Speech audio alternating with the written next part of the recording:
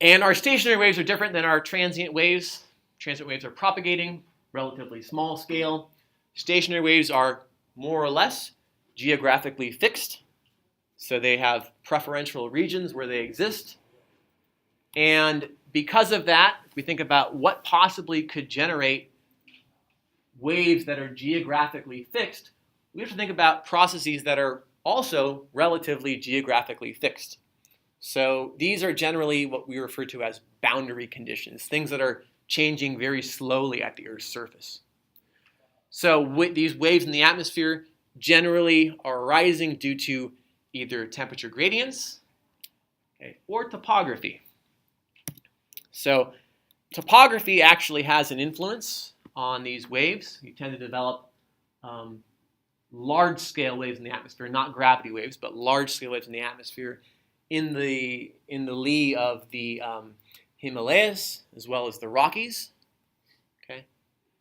There's some evidence that they may also exist in the lee of the Cascades or the Sierra Nevada, but usually those are not significant enough to develop large-scale waves. And then also anything that results in strong contrasts in heat. So we think about the northern hemisphere. We have a lot of continents. We have a lot of interesting distributions in terms of surface temperature gradients. And so those end up actually being important for developing some of these stationary waves. So very, very large in nature. Transient waves are short. They move fast. They move westerly. Stationary waves are very, very large. And they're stationary. They also can retrograde. By retrograde, I'm actually referring to them moving west, not east. That can actually happen if they're large enough. And they are particularly strong in winter in the northern hemisphere. So why would they be stronger in winter in the northern hemisphere? What processes could be responsible for that?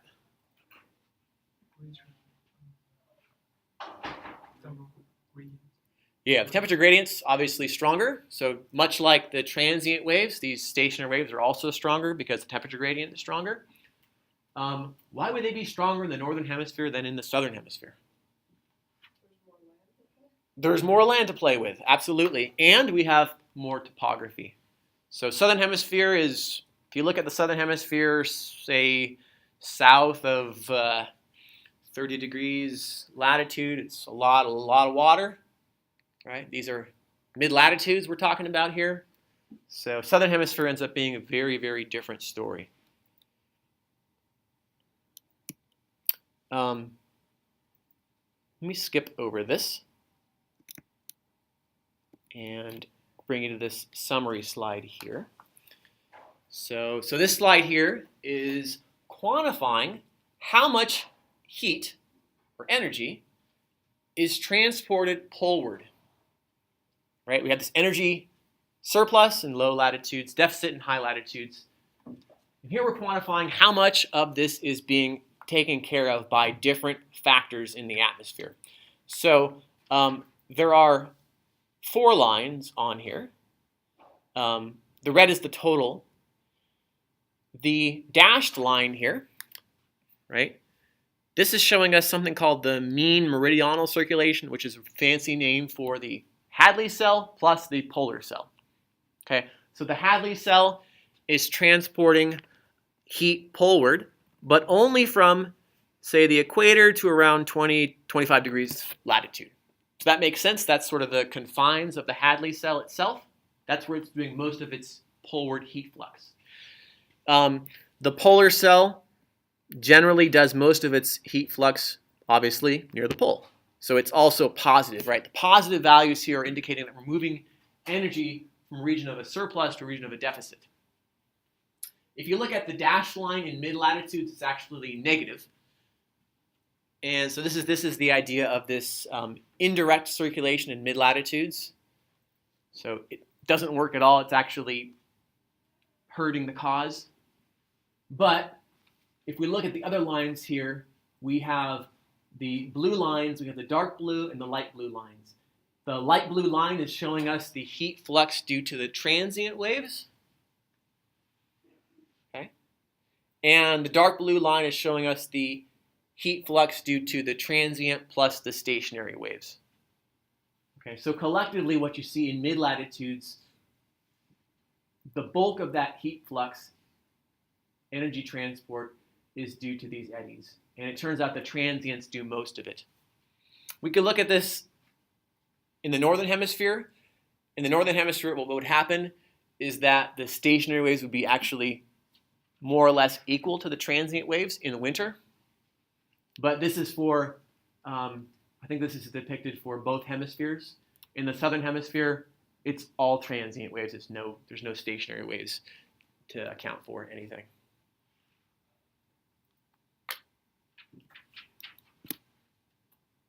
Okay. So back to the general circulation, right? Our one-cell model doesn't work, fails on a rotating planet. Our three-cell model works quite a bit, but it leaves us with this sort of what's going on in mid-latitudes piece. And we resolve that by talking about waves as being the primary mode of circulation in mid-latitudes, and also accomplishing that poleward flux in heat that we needed to get rid of. Okay. So this model doesn't totally work. It would work in a place like Waterworld. Great movie. I think at some point it was the biggest bomb, but I think that's been replaced. What is it now? It's been beaten. Okay. Biggest bomb. There's a lot. Yes, there's a lot. It's totally been beaten. It's totally underwater at this point. So this would work actually perfectly fine in a water world circulation. And there are numerical models where we basically prescribe water everywhere or land everywhere, run the models, and they tend to show us this circulation, this three-cell model works pretty well. But of course, that's not the real world. The real world, we have to contend with land-water differences. That results in heat contrasts. We have ignored mountains in general. We talked about them in the context of the stationary waves. And then also we've more or less ignored atmospheric moisture and source regions for moisture. So now comes the real world. So a couple maps here, things that you've probably seen before.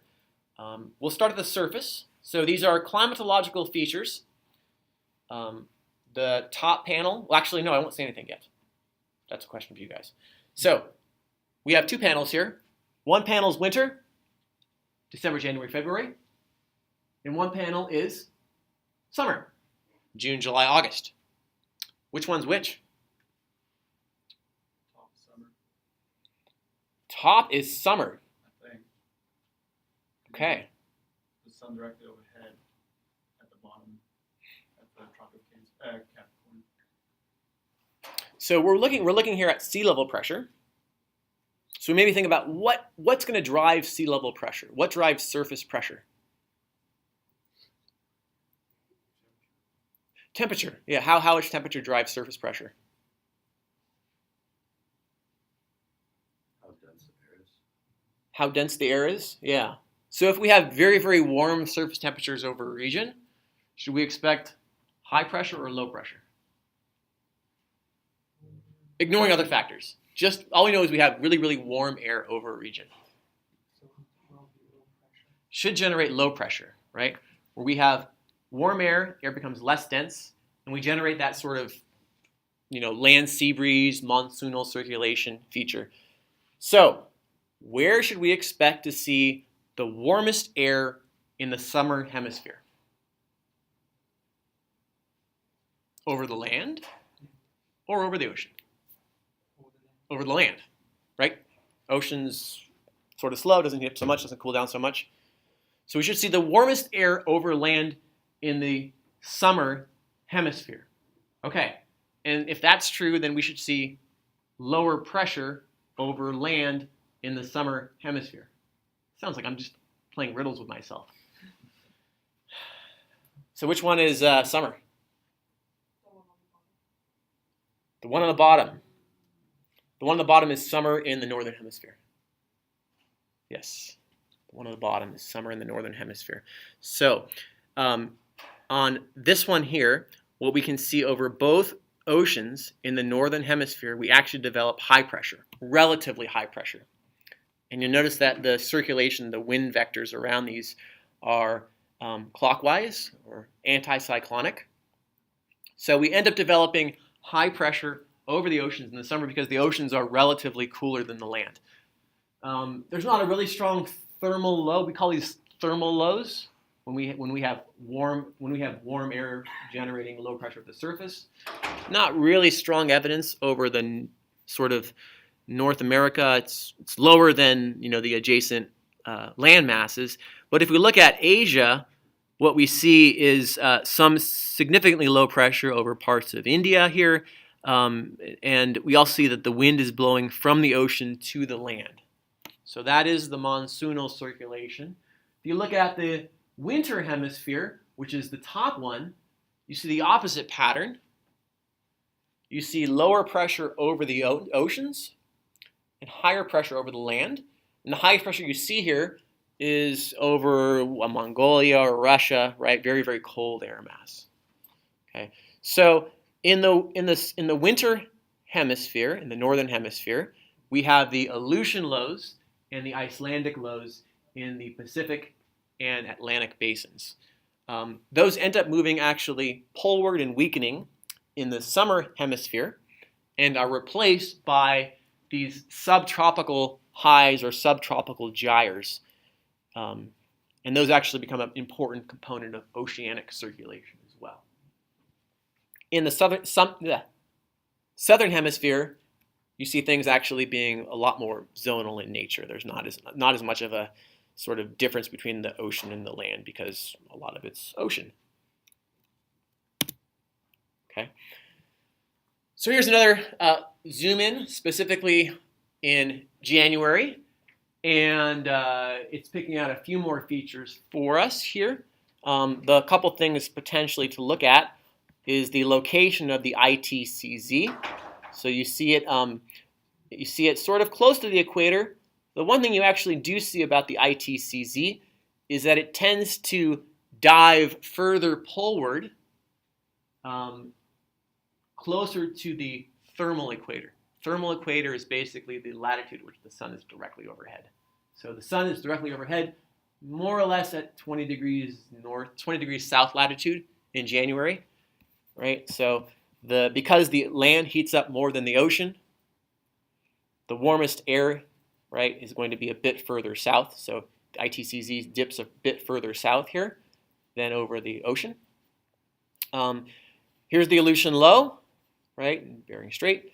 Pacific high, it's not really a high, but it's sort of there. I actually would totally not put this Pacific high here. I'd put it over here. We have more of a Great Basin high that tends to exist in the winter pressure field. And over the Atlantic, we have an Azores high and Icelandic low, and you see some strong pressure gradients here. So strong winds are a climatological feature at the surface. And if we move over to Asia, we have a really strong Siberian high. It's very, very cold air mass. Let's see if I move to the next one. Here's July. Okay, so let's look at the ITCZ between the two. So ITCZ in January, ITCZ in July. ITCZ again is actually migrating poleward over land masses towards that thermal equator. So you see it actually bulging much further northward over Africa and over Asia. We have also the monsoonal circulation to contend with here. So the ITCZ moves very, very far poleward.